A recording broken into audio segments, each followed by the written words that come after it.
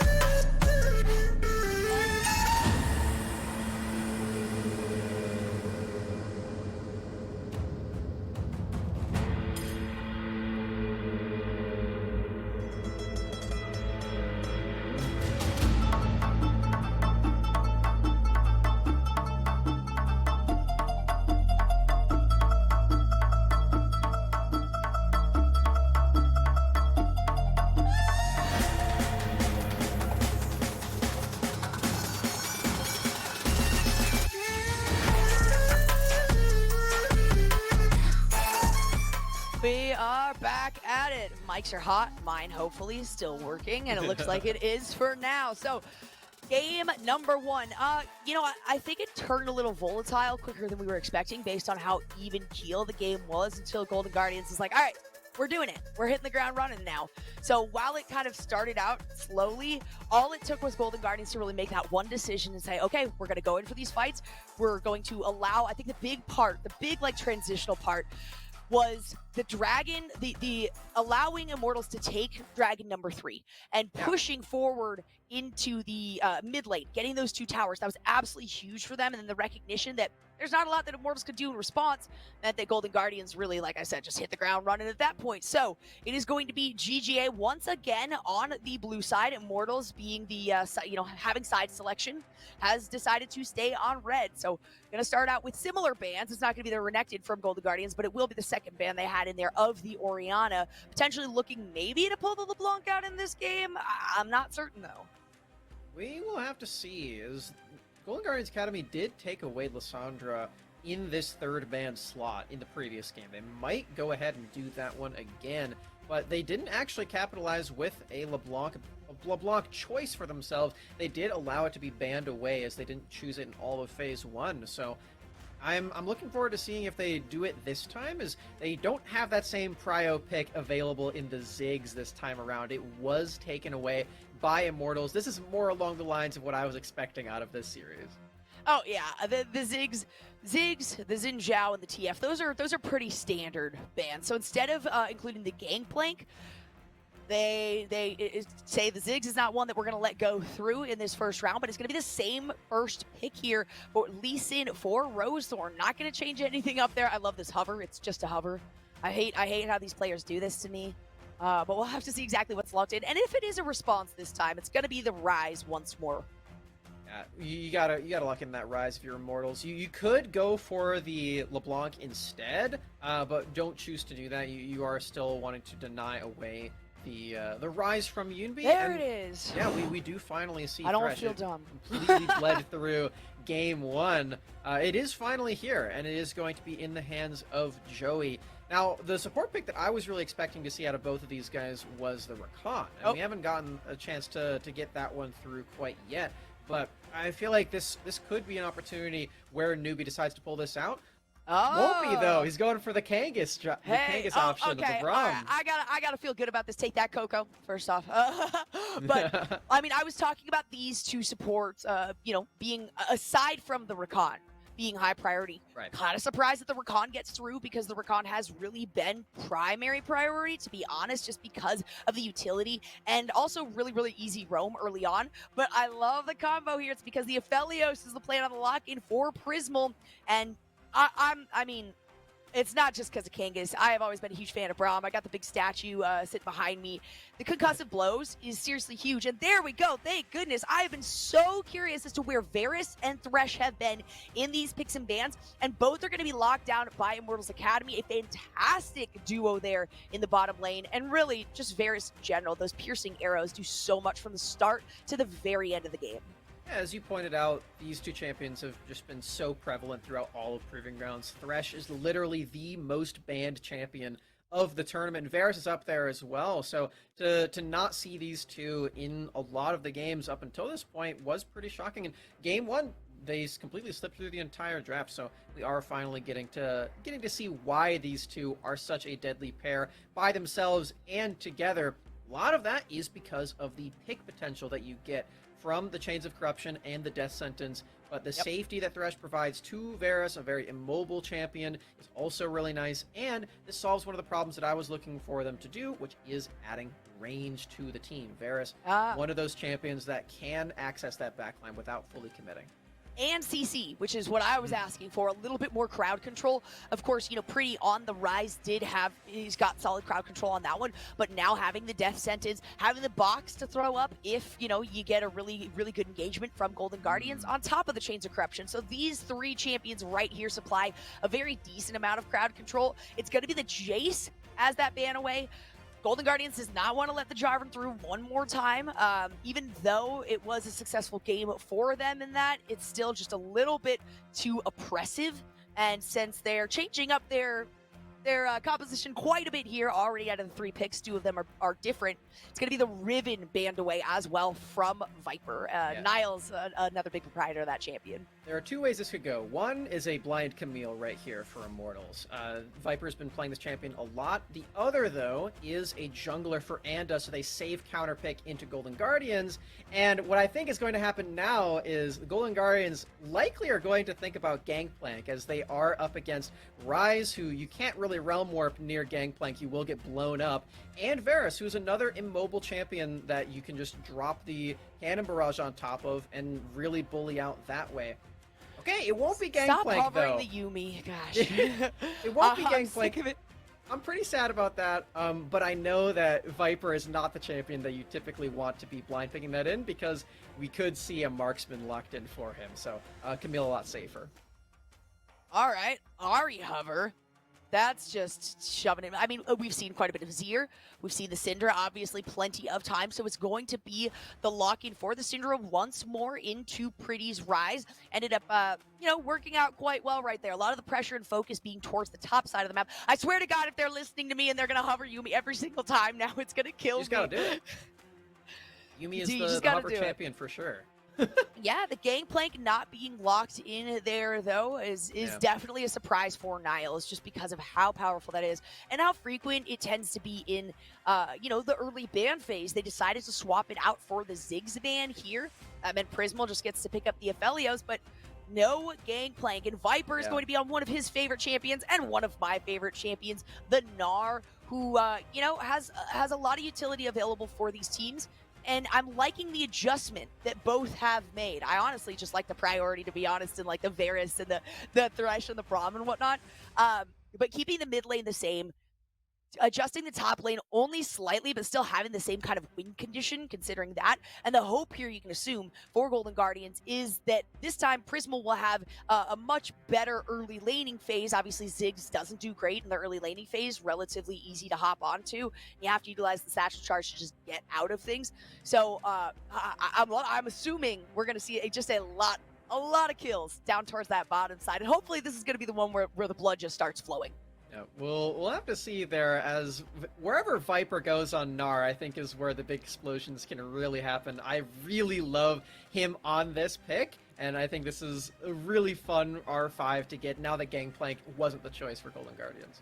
Exactly. We are going to take another very quick break, though. Don't go anywhere. When we come back, we will be getting right into game number 2 between Golden Guardians Academy and Immortals Academy. Stay with us.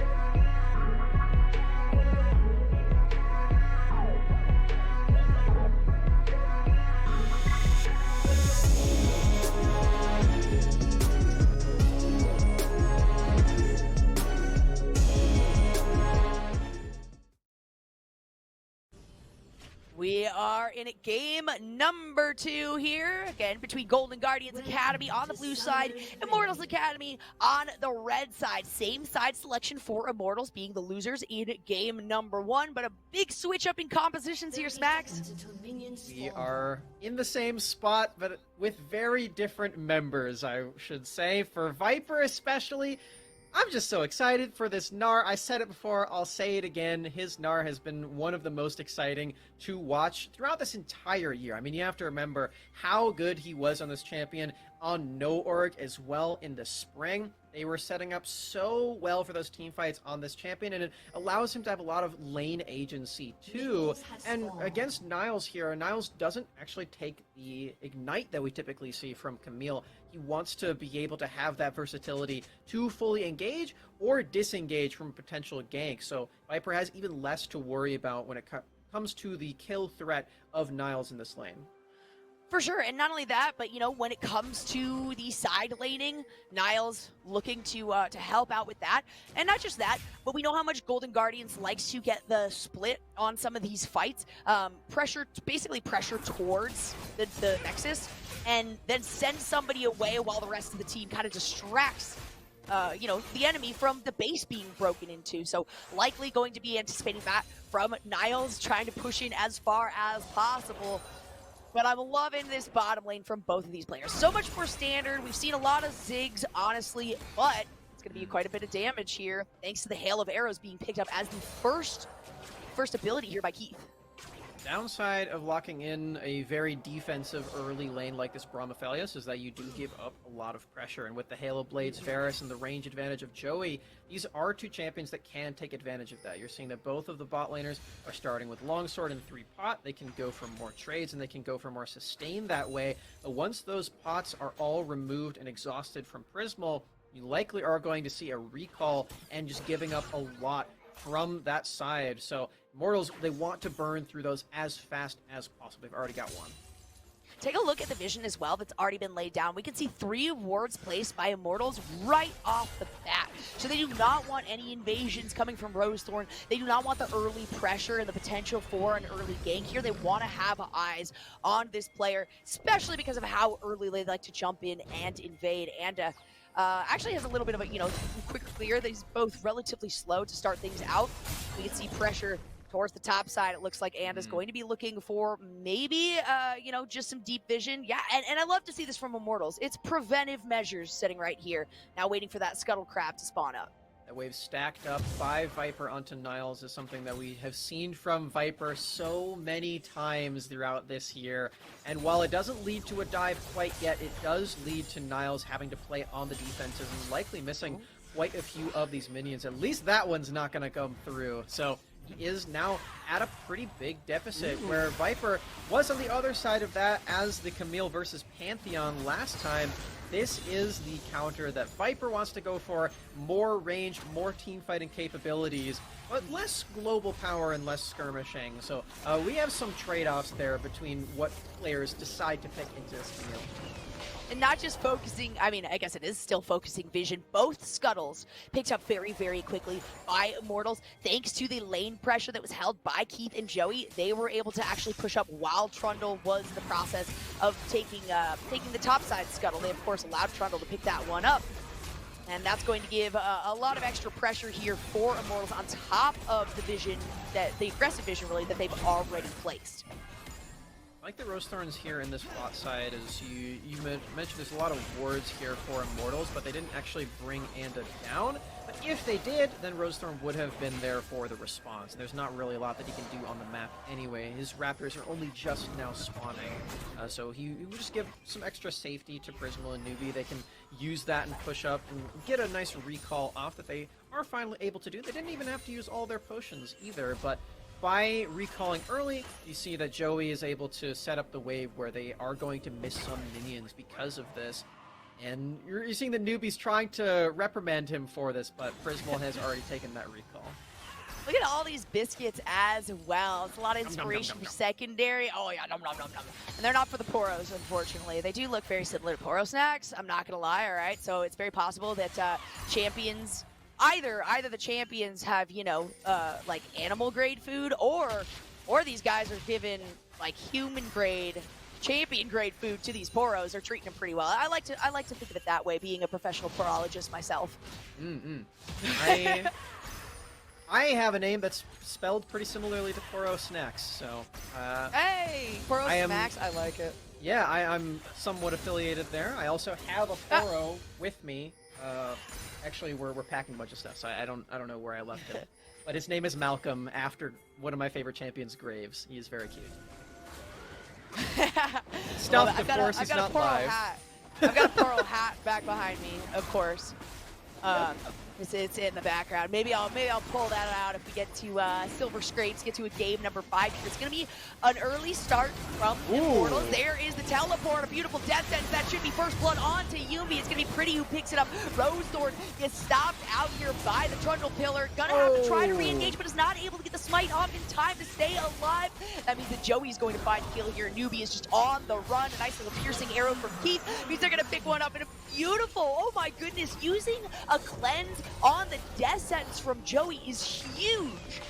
Huge, just sweeping play from Immortals Academy there. They get every single thing except for that teleport as Viper was canceled. It could have been even more devastating. Just think about that for a moment. If Viper had arrived to the fight, what could have happened to Golden Guardians? Even worse? I mean, I don't even know how that's even possible. For Immortals, they just completely crushed that.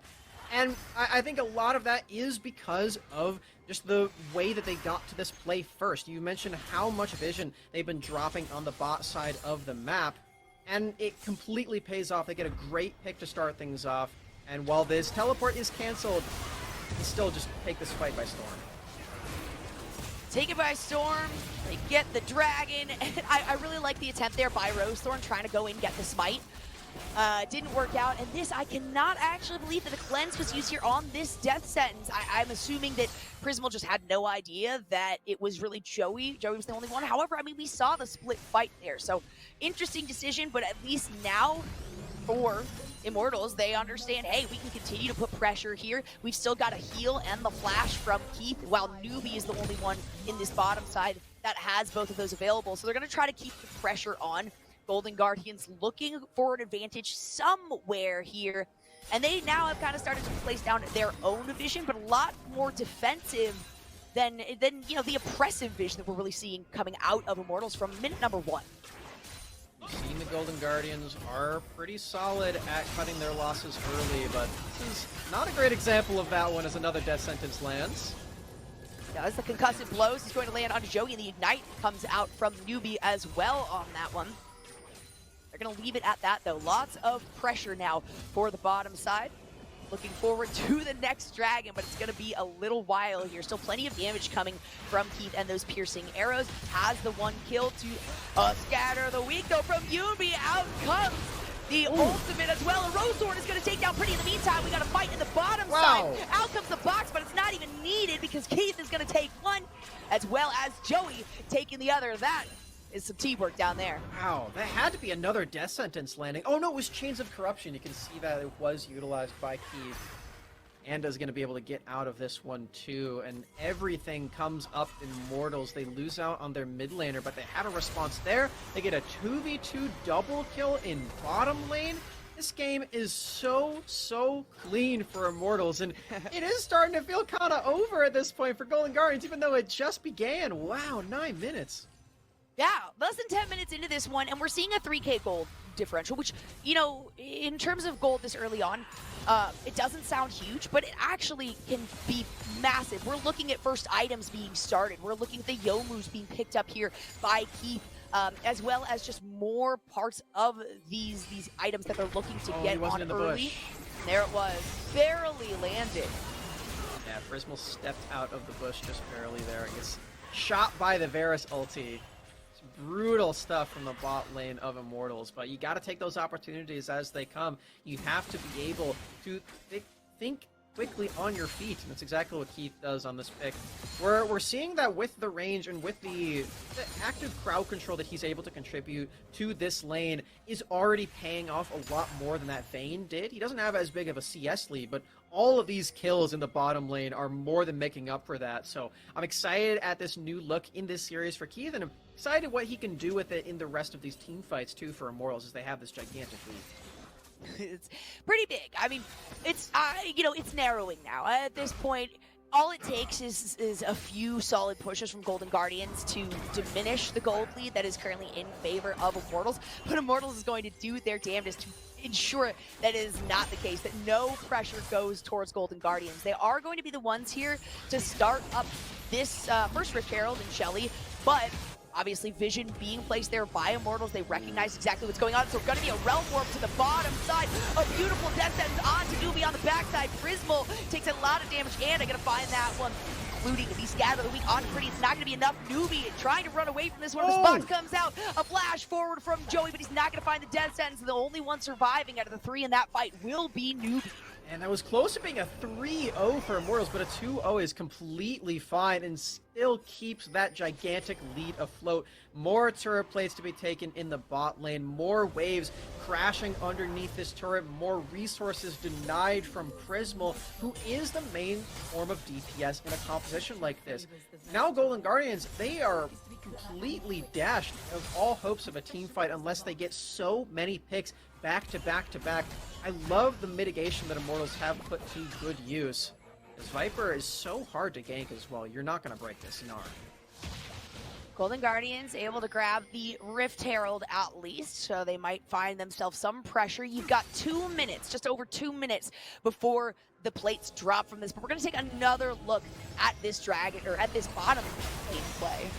These guys are amazing from Joey, landing on top of the Chains of Corruption. This is the combination that we mentioned as so popular throughout all of Proving Grounds finally happening for Immortals, and we're seeing why it is this popular and why it has been denied away from these two players so frequently. When in combination, it's just they get to flourish so much, and I love the look from these two players too. They have not been the quote-unquote main characters of Immortals Academy throughout this split, but they have been a super solid rock that allowed this team to make such a big sweeping comeback. Because you have to remember where these two teams came from. They have completely ran the gauntlet to get to this point. I mean, just look at the top left of your screen. Golden Guardians are the 12th seed in this tournament. They have only taken upsets based on seeding in their games so far, and Immortals much the same too.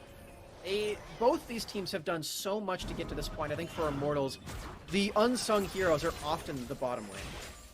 Yeah, and it's also, oops, I got a little bit of a break. It's also, you know, interesting to consider, while you see 12 seed and 6 seed, you know, you see big numbers, you're like, oh, there's a 2 times advantage. But both of these teams actually have the same number in terms of series of wins and losses. I think in the overall, Golden Guardians has 1 more game win because their series went out to a full 3 instead of the 2.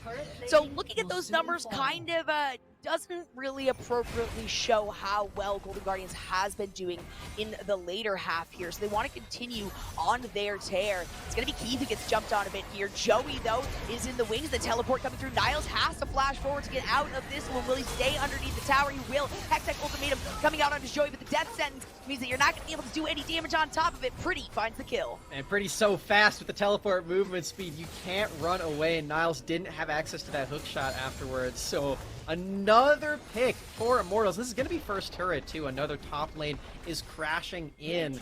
And, okay, it actually wasn't first turret. I stand correct. Golden Guardians had a lot of siege damage in bot lane, but this is the first turret that Immortals are going to pick up and more gold into their mid laner. Yep, not the first one in the game, but the first one for the team, and at least an equalizing tower take. You know, 1 for 1 right then. Sure, you might not get the little boost of gold, and the plates have fallen 30 seconds ago, so neither of those towers was taken with the extra plate gold available, similar to what we saw in the last game. Just not nearly enough pressure in any of these lanes because of the number of fights that are going on all across the map, even with all of these teleports available for both teams. It's going to be the initiation here. A beautiful play. Out comes the box. Joey's the target. Oh my god, the ultimate coming from Rose Thorn. It's going to be one more lockdown, and the Viper comes in with a massive ultimate. Prismal trying to do damage on the backside. Keith hiding in the bush here, and it's going to be a flash away by Viper to prevent taking damage there from Syndra. A successful fight once again for Immortals. Quite a few resources used right there. They thought that they were completely safe to go anywhere they wanted around the rift, and they do learn their lesson. Joey does fall, but you're still seeing they're almost right. They almost can get away with just about anything. As long as Viper can teleport to the play, it is completely easy for Immortals to make it their own. I think this is really bad news for Golden Guardians because that was one of the picks that they really needed to get, but it was responded to so well by a double kill from Keith. It was a fantastic ultimate that we saw from Rosethorn. The Sonic Wave to hit. I'm not sure if it was a flash or something that was used, and then immediately he pulls through on that and gets the Dragon Kick back into the team, but Pretty might have a kill here, a solo. Oh, so yeah. Rosethorn is in the wings. Yubi might get out alive. No, the burn will be enough, but the rest of Immortals is here to save Pretty. Out goes the Lantern, but it wasn't needed to be used. Joey says, hey, I'll leash this Gromp for you while I just stand here and shield you all with my Lantern. It's not safe for Yunbi to be that far up, as it turns out, because like I said, Immortals are walking around like they own the place. And they do. They absolutely do own the place. They have such a gigantic lead at this point that if you scatter the weak on a minion wave, you are at risk of death. As soon as Pretty shows up, you know, oh, yeah, he's got enough damage to kill me. I can't push him away. I can't stun him at all. He has the Everfrost on top of me. I am just dead. As Yunbi knows that, he also flashes away, so even that resource used too as Immortals get another set of kills. This is just going completely their way. I'm really loving this look. Oh, we're going to take a look at the replay, and then after the replay, we got to look at the mini-map for the vision there, 'cause it's quite incredible. We get to see Joey, like I said before, he gets caught out. They're going very, very far into the enemy team's jungle, and if you have some vision set up for Golden Guardians, then you can respond with a pick of your own, but again, the gold difference is just gigantic. They can come in and smack them with their wallets. That was a nice flash away as well, coming out of Viper to avoid Scatter the Weak, avoid being locked down. They still had Meganar. That's not something you want to really initiate on with the rest of the team. It has initiation themselves here. So now we're looking at about a 7K gold lead here in favor of Immortals at 17.5 minutes in. That is very considerable. And I wanted to point out the vision. A lot of it has been removed, but just take a look at how aggressive this vision has been from the start of the game from Immortals here. Bottom side, top side, it doesn't matter. Anytime they're invading to help out with one of these pressured kills, they are throwing down tons of vision. And we can see actually before that replay, every single member had at least one ward in their inventory. So putting a lot of priority on that, Golden Guardians recognizing, hey, we need to do the same thing. You can see that there are 4 wards currently in their pockets at the moment. GGA just get bullied off of the one objective that they were trying to go for. They were attempting a trade with the Drake, but turns out Immortals really only need Anda on that objective to make it their own. Main disruption landing. Another fight here. The box does come out. Nubi's going to use the Glacial Fissure in response. Viper trying to look for an opportunity to use the ultimate, but Meganar will drop before that. So they will take this pressure in the top side as a win. Likely going to pick up this tower as well. And there's Rift Herald dropped by Pretty. Minion wave is all but gone, as Yunbi does have a lot of wave clear, but you have to imagine the Golden Guardians don't want to stick around for too much longer with all this damage and pick threat that they don't have as much of. Wait. Realm Morph. All right. Peekaboo. That was interesting. The Realm Morph was utilized. It's going to be a beautiful death sentence from Joey. Going to follow that one up. A flash forward. Crystal flashes over the wall directly into Viper, though, who's almost at Meganar. Should be able to get it. No, barely missing out on Meganar. Rosethorn picking up the kill there. Anda has one more hit before Concussive Blows lands. But that's 4 members against the 1, and Joey will pick up the kill onto Rosethorn. Viper was so close to hitting Shelly's Mega. still up. Or Yep. sorry, Kelly. This is Still Kelly, going. Shelly's younger sister. I think Still she's prettier, bapping but it. that's just my opinion. Oh, wow. That'd be a hot take. I mean, 2 charges, yeah, that's a hot take right there. Still going. Come fight me. Still going. 1 hit is all it's going to take, but that means that an inhibitor has been taken down. And while it's just the top side that's fully exposed, that means that Golden Guardians is going to have to focus here. In this replay, we're going to see why I thought it was very odd that the Golden Guardians were going to stick around in this play. As we see, the pick threat is still there. Joey does land a great death sentence, and Frisco lands it very, very late, because he's forced to flash over the wall, but there's a Gnar right there. It's really difficult to actually survive throughout all of the onslaught of damage. And, I mean, we're sort of just treading water at this point, because we know that eventually the Immortal Shark is going to come and gobble us up. It's just inevitable. We lost our lifeboat a while ago. Golden Guardians are not going to be able to pick us up. Immortals eventually is going to sniff us out and take the Nexus. Yeah, that dinghy was pretty dingy. Same word. felt the same. Viper gonna get a nice ultimate. It's gonna be followed up by the Chains of Corruption. In goes Niles though with the Hex Tentacle Domain, but you're not gonna be able to survive. And 4 members here as Immortals pressures in now towards the mid. More structures for Immortals, more Drakes as well, as the next one is going to be spawning here pretty soon. That would be the Soul, as if they needed anything more to win this one. 10k in the lead. Another turret threatening to be had. As Joey just gets the death sentence anywhere on his screen, and if he hits a single person, they are going to be killed. Great game from Immortals, man. Oh yeah. Not much else to say. And I hate to beat a dead horse, but you gotta constantly consider vision. This has not been a good game for Golden Guardians to be able to throw down vision, let alone maintain it. And Immortals the whole time has been putting this aggressive vision to ensure that they have eyes on Rosethorn because of how scary this player is on this champion. So very, very well played. Golden Guardians, in the meantime, speaking of Rosethorn, they're going to start off on this Baron, not burning down as quickly as they would like, though, having only these 2 members on it. Immortals is completely unaware that this is happening. Yeah, it doesn't matter how fast you do it as long as nobody comes and checks. Half HP. Their members over here. Oh, okay. They're not checking yet. It's still going. It's still going. The pigs come out as Golden Guardians are like, uh-oh, we're getting low, we're getting low. Wait. So is the Baron. They did it. Rosethorn very low, and that is it. The smite comes through. They get the Baron. Immortals is all unawares.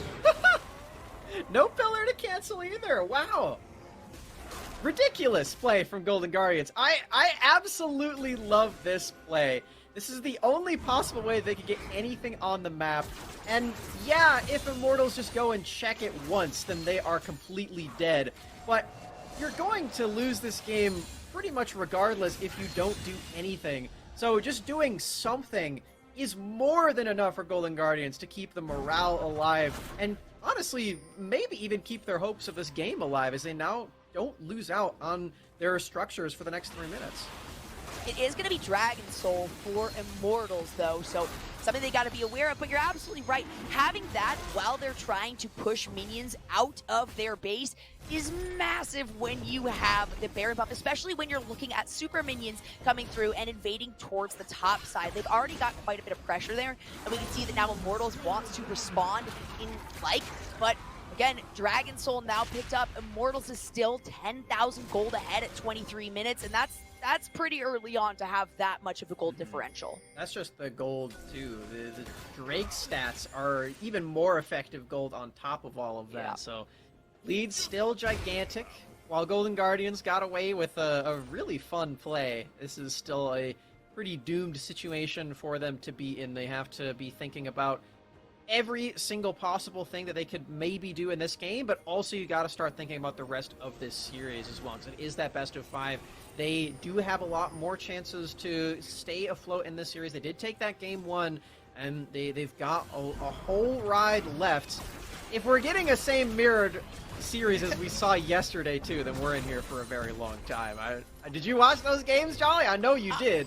I only watched some of them. I was kind of busy for the day, but I had it going in the background, and yes. Oh, I mean, yeah. I hope that that's the case, absolutely, for the sake of us and the viewers, not necessarily the players. That makes it a lot more difficult on them, a lot more taxing and strenuous, and you got to imagine that they get a little bit tired towards the end of the day in a best of 5. But hey, these teams came to show up. They came to show what they could do, and clearly Immortals recognizing we might not have gotten a win here on the red side, but we're confident that we can find one to follow that up. In 3-17, looking at these kills, looking at the bounties as well, and where the kills have been distributed across the team is a little bit terrifying if you're Golden Guardians. You've still got Keith not having died a single time. It's going to be a lockdown. Another stun onto Newbie. The pillar comes out to try to prevent Newbie from moving back. Sonic Wave hits, but it is only 3 members here of Immortals that are able to scare off 4 from Golden Guardians. Really cool play from Immortals. They use the sweeper to gain some vision without alerting Golden Guardians that they're there. And then the Chains of Corruption get over that wall. Luckily for Golden Guardians, though, they've got Newbie with all the defenses arriving on time and saving the jungler. But just a cool heads-up awareness play for Joey to go for, as we're seeing they have lost out on the super minions that have spawned in the top lane. And they're spotted out going for yet another pick. Golden Guardians there playing the defense quite well at this point. They haven't lost really anything in a very long time. The lead's still huge, but we gotta wait for IMT to come and actually pounce on top of it. Speaking of pouncing, they have the ability. Viper almost at Meganar, looking for the initiation. Chains of Corruption are going to miss. Scatter the Weak does not hit a champion here. And Viper finds Meganar form.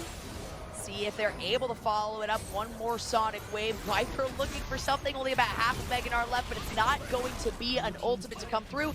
Just more exposure of Golden Guardian's base.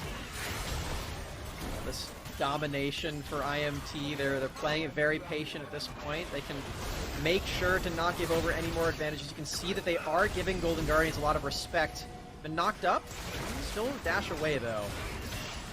Easy peasy for them to avoid that. They've got so much survivability as well. And look at the piercing arrow chunking 3 members there. Now Immortals looking to try to gather some more super minions coming through on the bottom. The Realm Warp brings everybody in to get pressure here into the mid side as well. Yubi, the only member who was anticipating that move, not able to really do anything.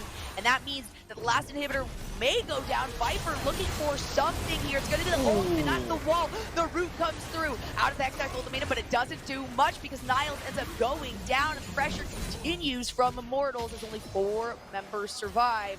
Now on the side of Golden Guardians. You're just playing this so patient again. This is really nice. Just making sure to mitigate any risk that could possibly go their way. They already did lose that Baron from before. They don't want anything else crazy to happen to them as they're trying to make their exits. Rosethorn tags Viper. He's going. That's a scary move to make. Rosethorn gets locked out. So much damage from Pretty right there. A flash forward from Pretty as well. Going to get the root and a depth sentence on top. Keith is going to pick that one. That's a flash coming out of Anda as well. Looking for more. Yuffie will likely be the pick here. No, they're going to go under tower. The ultimate from Gnar. Throwing Prismal out of the towers. And now it is just 2 members left alive with really long gray screens for the rest of Golden Guardians. They're looking to end it right here, right now. All they have is 1 super minion, but that's all they need because they deal so much dang damage. And right off the bat, Immortals say, hey, Golden Guardians, you can take game number 1, but that is all we're going to give you. Game number 2 ties things up as Immortals find it in 28 minutes. That game was so one-sided for this best of 5 here, Jolly. It reminds me of all of the games just like that Viper and Anda played just last split on No.org, where they won the entire thing. The Kings are coming back to retake the throne. You can see that they are not stopping after losing that game 1. Amazing showing from them and the whole gang for Immortals. Great stuff from the bot lane especially. I love the look of Keith and Joey on this Varus Thresh. If they can get that again, then man, you gotta expect that they're gonna be able to put up another huge performance. They better go for that Thresh again. Joey performed out of his mind, landing so many death sentences, and then being able to throw the lantern over for somebody to jump into the fight. Rise being, a big proprietor of grabbing onto that to be able to initiate. And again, a big part that both of us requested. You wanted the range smacks, I wanted the crowd control, and they supplied plenty of that with this composition. So maybe now Niles kicking himself a little bit for going with the Camille instead of picking up the Gangplank, getting a little bit more of that global pressure because of how much was able to be gained there from the Rise Realm Warp. And I'm not gonna lie, it did work in game number 1, but Lee Sin as a first pick, that's putting a lot of high priority onto this jungler when there are a lot of really strong junglers right now in the meta. So they may continue to try to do that. This is a best of 5, so we've got several more games to go through, at least another 2. And I would hope to at least see a little bit of an adjustment, I guess, in the pick selection right here for Golden Guardians. But before we really get into the next pick ban phase, we are going to take a very quick break. We will come right back to the analyst desk, let those handsome faces break down what we just saw. So don't go anywhere. We'll be right back with more Immortals Academy versus Golden Guardians Academy on Proving Grounds.